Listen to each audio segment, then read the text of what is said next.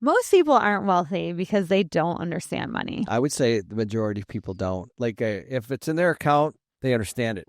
If they're out, then of course they start to learn. Yeah, I mean, people always say like, "Oh, I'm bad with money," and that just means that they're bad at balancing their checkbook. But really, like understanding money is something that most wealthy people understand money. It's funny because it's really not too difficult. It's almost like I know, like, to compare it with you, like once you start to understand health, like what you eat and how it makes a difference, then it's crystal clear. So it's just a matter of just understanding a few things. Yeah, because if you don't understand money, no matter what you try to understand about being wealthy or how to obtain wealth, you're never going to get it if you don't understand the basics. No, because the only thing you have is I'm going to work more.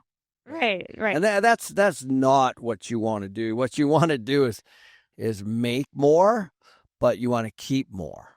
But also, understanding like what's your time worth, and I always talk to people about I get asked to do all kinds of stuff all the time. And now I've learned, okay, is it worth my time? Is it worth my time to drive over there, sit down, spend a half a day, spend a full day? And now, while a lot of you might not think that way, you should be thinking that way. Yeah. Yeah. And I think what you have to understand too is the currency now is not like the currency, from the 60s. It is just paper, right? And so if you're just holding paper, that paper is going to continue to lose value. So what you want to do with that paper is buy assets that build you wealth, because that paper, just because it's called currency, people kind of think, oh, it's money, it's worth something, but it's really not worth anything. Well, it's worth something because there's a trust behind it. But I want to go back just a second. When I was a kid, I remember Fort Knox. I remember, like, that's cool, super cool. Like, nobody talks about that anymore because when I was a kid, that used to be the gold standard. And so the gold standard changed in the 70s, which means that you go back and look at the Bretton Woods or Nixon and, all that stuff. You can see how the dollar decoupled from gold. It used to be balanced by gold. Well, when that decoupled, it changed a lot of stuff. And just go back and look, and you can kind of see the devaluation of the dollar ever since then. But the point is, when I was growing up, my parents they believed that let's pay off the house, let's do all this stuff. So the philosophy was very different as a kid, and what I learned for a long, long time. So what you have is a generational shift in the way things were and are today. Yeah, but when your parents were younger, that currency was tied to gold. Correct. So as gold went up, Everything. It stabilized it, right? So gold didn't necessarily go up, but it was stabilized. So it was stabilized by that gold. Now it's literally just paper to nothing. Right. And it's the technical word is fiat currency. Just look up fiat currency and you'll see here's an interesting but scary fact. There's been over 2,000 currencies in the history of the world, and not one has ever survived. Ever. Well, and truthfully, I mean, you could say that the dollar survived after they went off the gold standard, but it was a full different currency. So just because it was still called the dollar doesn't mean it was the same currency. And then they've talked about this digital dollar that's coming out as a way to, just because it has the same name doesn't mean they're not changing the currency. Correct. And what I mean by that is, if you go back to the Ottoman Empire, the Roman Empire, and some of the really big empires, and right now people say we are the current day Roman Empire. What I'm saying is it's a death of 1,000 cuts, and you can't see it. It's the frog in the pot that the temperature's slowly getting turned up, and that's actually what the point of the show is for you. It's not to even debate this. It is actually a currency. It's a fiat currency, and the government can print all they want to devalue it over time. And so if you just understand that one basic thing, you now can get ahead of that or just be in the right spots. Well, I think a thing that's interesting is the reason that prices have gone up on gold and real estate and crypto is not because those things are worth more. It's just because our money is worth less. Right. One of the things that George Gammon taught me a lot, and Jason Hartman uses this a lot, he's always like, well, things have gone up. And what he'll say is, compared to what? Mm-hmm. So I love the statement, compared to what? Because if you measure things in gold, like if you're hold a lot of gold, let's say you're outside of the U.S., and things go up as compared to gold or as compared to oil or as compared to, fixed Let's call it hard assets. And I'm talking about real gold too, not paper gold. I'm talking about like a gold coin. And I've been buying since it was 700-800, right? And so, and just a couple of years ago it was 2,000, and before that, I mean, I remember for a long time it barely got to 2,000. By the way, I'm not pushing that you buy gold.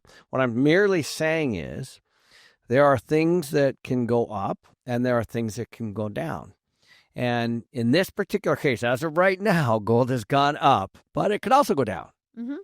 And currency, for sure, though, to your point, has devalued and will continue to devalue because you can't, I always ask Kiyosaki, this is a funny thing because I go, what do you invest in? He goes, anything that no one can print, which is a real basic statement, but it's true. Mm-hmm. You can't print oil. You can't print real estate. You can't print gold, physical gold.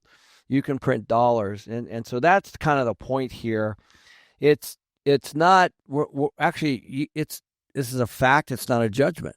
So something about our friends, right? So we hang around with a lot of wealthy people, obviously. Yeah.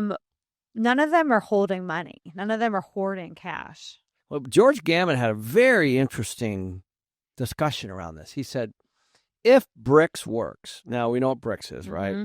Why don't you explain it in case people don't? BRICS is a lot of the countries are upset at what's going on with the U.S. dollar, and the BRICS, I think it's Brazil, Russia, India, China, and South Africa, I believe. I could be wrong on the S, but anyways, that's BRICS. And there's a lot of countries that have applied, and they're kind of out there looking at maybe replacing the U.S. dollar at some point. Now, way down the road, obviously, but the fact is people are upset at what's going on with the U.S. dollar, just like you should be, by the way. That's kind of the whole point here. But here's what George said. He goes, if BRICS is successful, what that will do is it'll make the strength of the dollar go up, not down.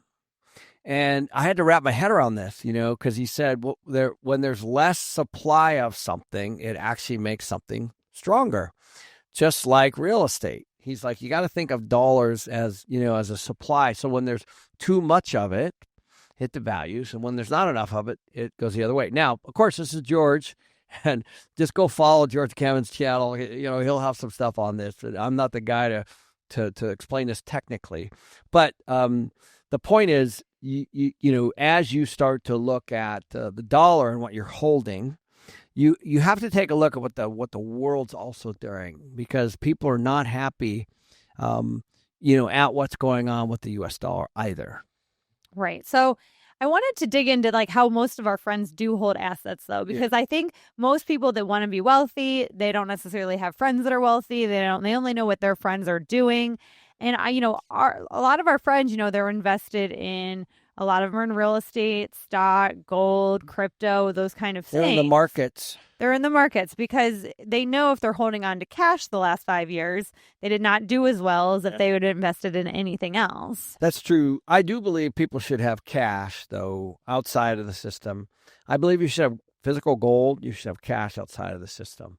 So while they're not heavy in cash, and I can't disagree with that, but to your point, one of the things that you can watch is the DXY, which is the dollar index, and that kind of shows you the strength of the dollar. But there are times to be long on the dollar and times not to be. And I think that, through inflationary times and a lot of money printing during wars and stuff, to your point, it's probably not best to be heavy in cash, because whatever you're holding in your safe from 10 years ago is buying you less today.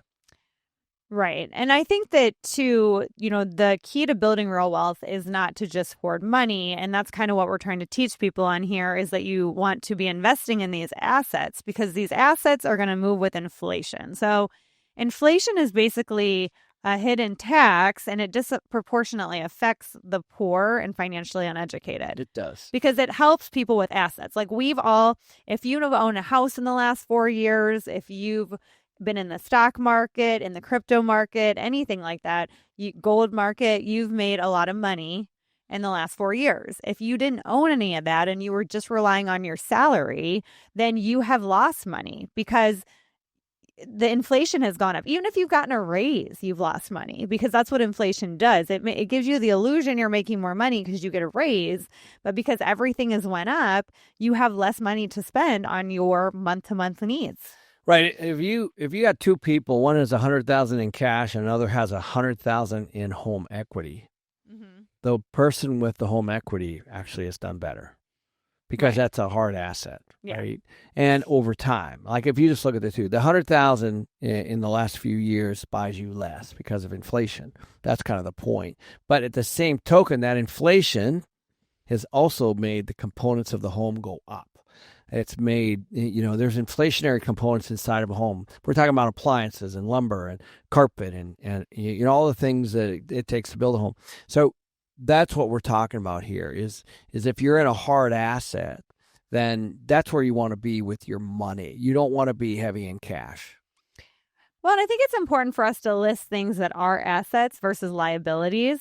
And I think assets are things that create money for you, right? Like stocks, real estate, starting a business, crypto even. Liabilities cost you money, like your car, credit cards, and even your house. And I know your house is one that people kind of argue with you on. Unless you're house hacking. Right? Unless you're somehow creating money out of your house, because you have to sell your house in order to make the money and then buy a different house. So it's not really income producing. Right. And it's funny because I was talking to somebody the other day, last week actually, and they're like, yeah, well, it's $1 million, but it'll be worth $2 million. I go, well, not really. Like I go, still $1 million of cash. I was looking at investing in something, and they're like, well, it's going to be worth $2 million. I go, well, only if we sell it. And I go, so are we selling it? No. Well, okay, then it's not. Like it's $1 million of cash. And so what does that cash produce financially? What's the return on that cash each year? And then I'll take a look at it. And maybe at some point, if I decide to sell it, it's worth $2 million. Maybe it's not. But the point is, people sell on, something that hasn't happened. Again, we like to use the words fact or judgment. A fact is it's $1 million. A judgment is it's going to be worth $2 million. Very different. A fact is the cash flow is X. A judgment is we think it's going to be Y. So you have to keep going back to what are the facts every time. And the facts are your food is up, your gas is up, things that cost more, period. Well, something else I want to touch on while we're on this subject is building wealth generationally, right? Because so some of you guys, you're listening and, you might own a home and you are planning on passing that down to your kids or your church or, whatever. And you're thinking that that's generational wealth, but that's not generational wealth. Right. I know we're getting into an interesting subject because, we talked on our live recently about step up in basis and which is a tax that they're looking at as you transfer wealth. But I think that's important, right? So I think that's important that we discuss this, because I think this is something that they're going to over time try to do, when a lot of people are starting to retire. They're looking at this, guys. Yeah. It's a big deal. Okay, so think of the baby boomer generation, right? Well, most baby boomers have a nice net worth, right? They've been, I don't know what that number is. There's a lot of people that don't, but let's talk about the ones that do. Let's talk about the millions of dollars that potentially could be inherited over the next 10 or 20 years. It's a lot of money. I'm talking about, when I say millions, I'm talking about per family. So it's it's who knows how big it is. It's in the billions, maybe even the trillions. I don't know. But the point is, the government's got their eye on that. They're like, okay, like my mom, she was a hairdresser her whole life. They bought their house for like $10,000 or something crazy, if you could think about that. It's the house I grew up in, very modest home. My dad built onto it. It's worth more. It's worth somewhere between $700,000 to $800,000, let's say, depending on what's going on. So we had to put my mom into a nursing home because she broke her hip, and it was assisted living. Assisted living is a very complicated story. But the point is, the rent income from that home is actually taking care of my mom, which is awesome. And then, of course, I'm helping as well, and so are my brothers and sisters. At some point, my mom's going to pass. She's in her 90s, and just like I am. But the $700,000, let's say, of that home is going to be, it's going to pass to the kids, right? Who else is she going to send it to, right? So this is the inheritance piece.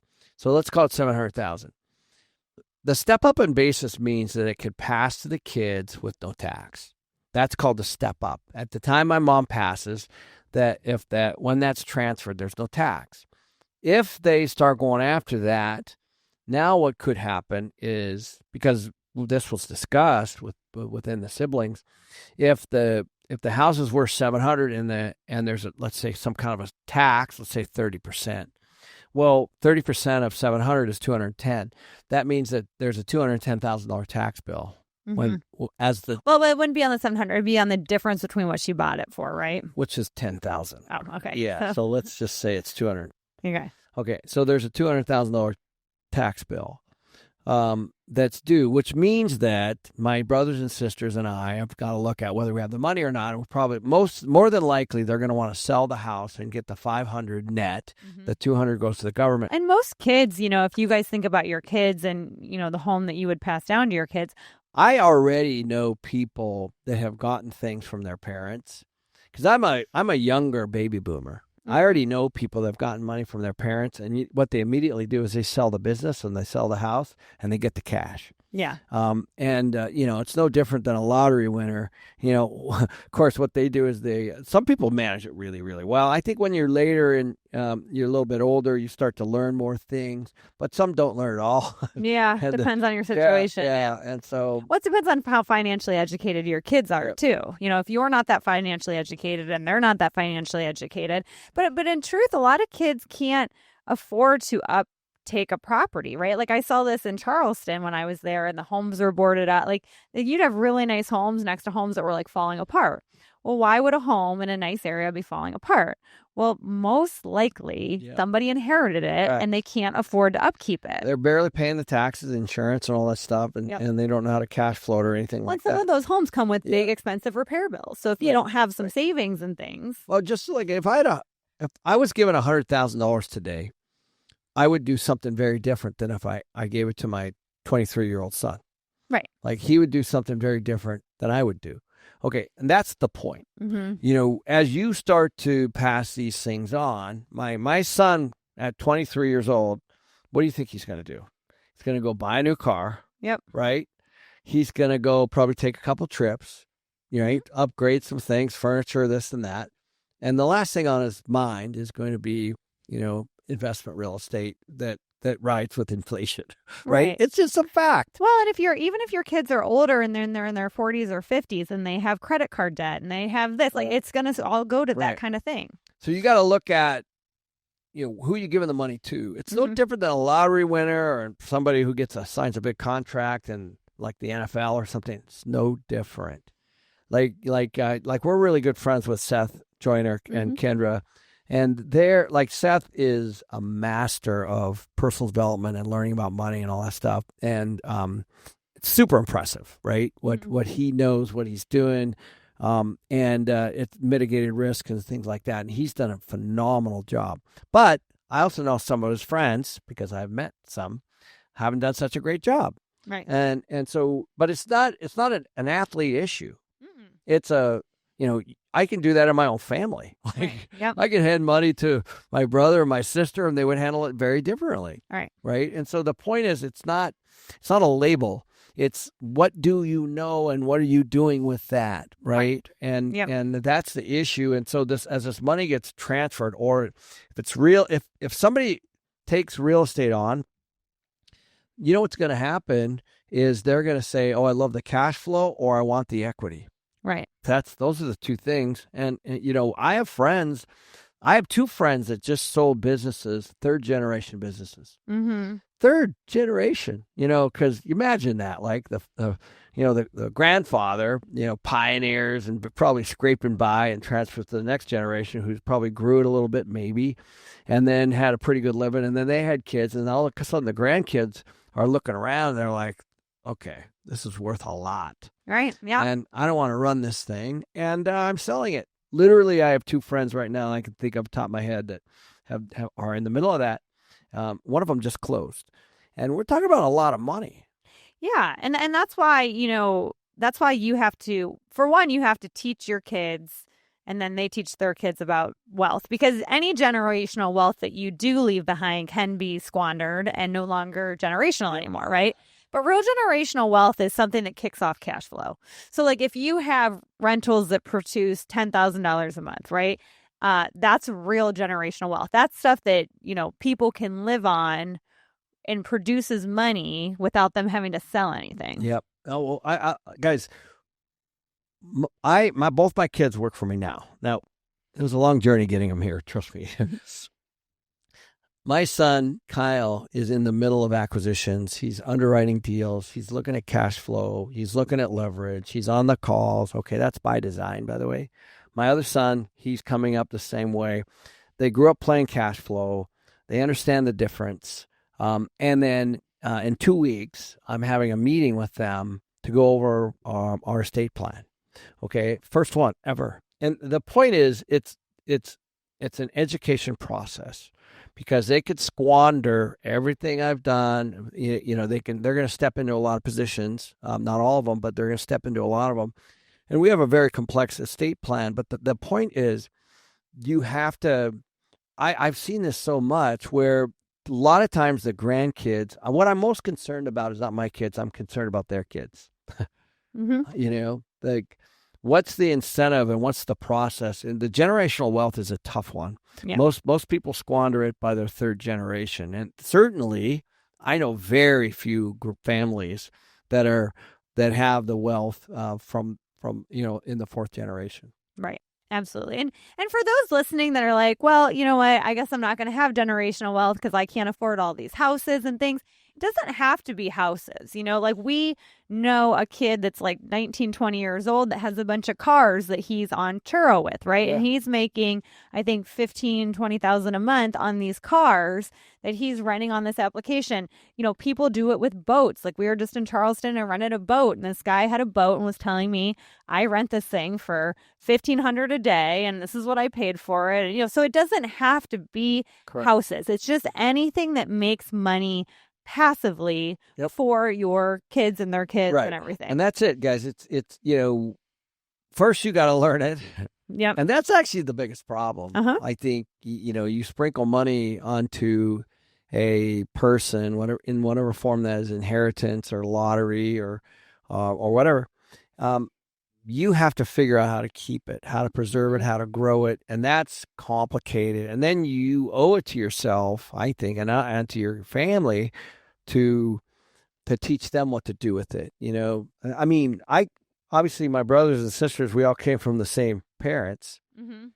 We all think very different things about money. Yeah. Right. And I think that's common. Mm-hmm. Right. My brother, and, he turns a lot of his over to a wealth manager. My sister started buying single family homes, and she was a bookkeeper her whole life. Obviously I've got a business around it, but we're all still fine. Yeah. Right. So you can get there a lot of different ways. Yeah, absolutely. So hopefully you guys learned something about money. You have to understand money in order to be wealthy. There's a lot of different ways to do it, but it's definitely something you should dig into. Cheers, guys.